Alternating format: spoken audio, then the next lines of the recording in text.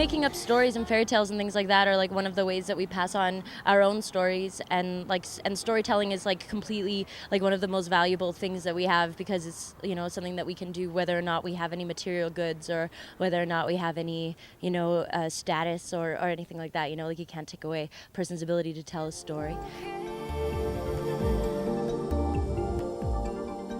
The owl and the pussycat went to sea in a beautiful pea-green boat. They took some honey and plenty of money wrapped in a 5-pound note. The owl looked up to the stars above and sang to a small guitar, "Oh lovely pussy, oh pussy my love, what a beautiful pussy you are.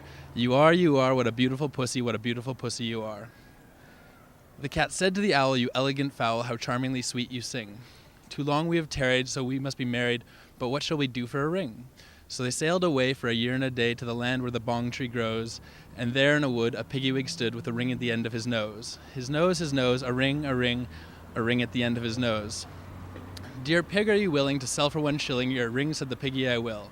So they took it away and were married next day by the turkey who lives on a hill. They dined on quince and slices of mince that they ate with a runcible spoon, and hand in hand on the edge of the sand they danced by the light of the moon. The moon, they danced by the light of the moon.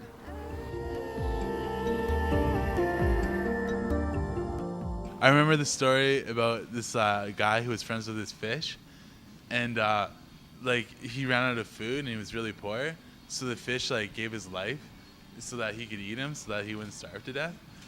And it was just a really cool story, man. It really touched me.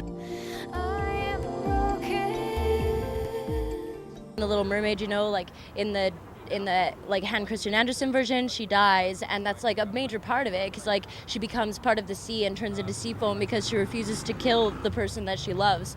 But like, because they didn't put that into the Disney version, you get a totally different idea of like, oh well, you know, you can trade in your body, you can trade in your voice and your life and your family and all of that stuff to get what you want, and you'll live happily ever after.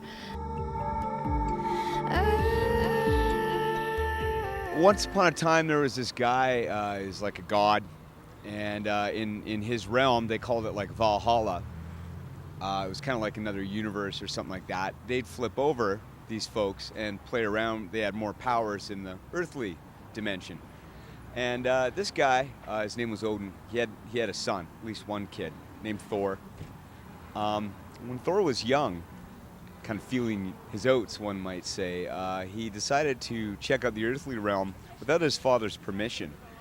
Went to planet Earth and had knowledgeable relations, if you will, with a female human. When he got back home to Valhalla, his father, Odin, had found out what he had done and was incensed, told him that you have to ask for permission for these things. You're not old enough to understand principles. You'll make mistakes. You know? Thor was adamant that he was old enough to do what he wanted when he wanted.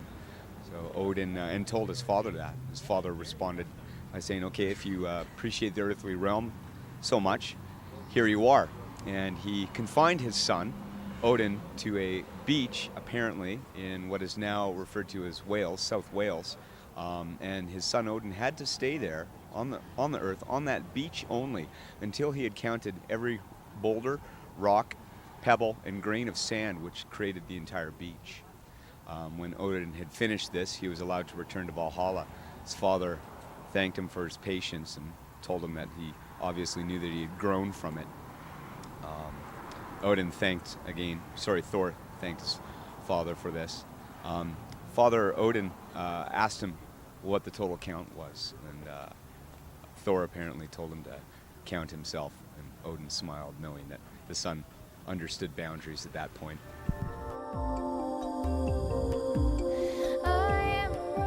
If you're about a princess or a fairy princess, I love those kinds of stories.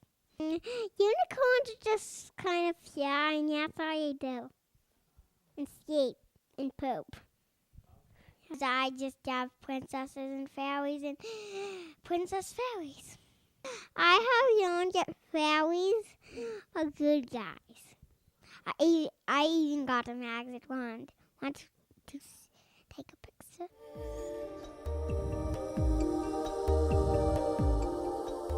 Prometheus, I think.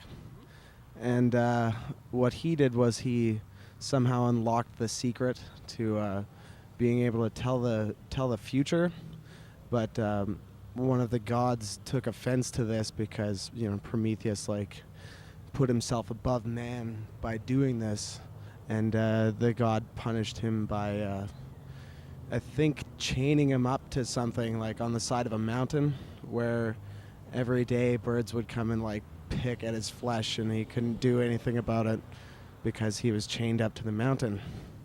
And the last condition was that Prometheus couldn't die from this. He just lived in agony hanging off a mountain by chains for the rest of eternity.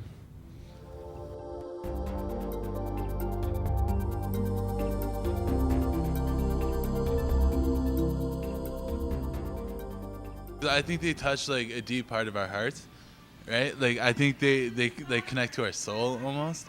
It's what we're made of, man. It's this. It's almost like reading the Bible or something. I don't know. It's just they have really powerful metaphors and imagery. When looking at metaphor, myth seems to make a whole lot more sense in a resonant fashion. I think that it's really cool when people, invent new ones to try to tell the story of what life means to them now and the things that they've learned. I think it's unfortunate that we forget them. Obviously I do. It's very hard for me to remember any story rhymes, but I think there's relevancy in our adulthood for sure. I think that anything that we feel is worth passing on, and anything that people before us have felt was worth passing on, always has a message. Look it up. Look it all up. Who's gonna say goodnight?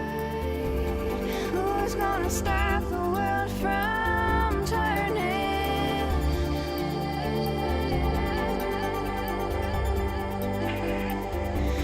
Who's gonna numb my pain? Who's gonna save me when the sky is crashing?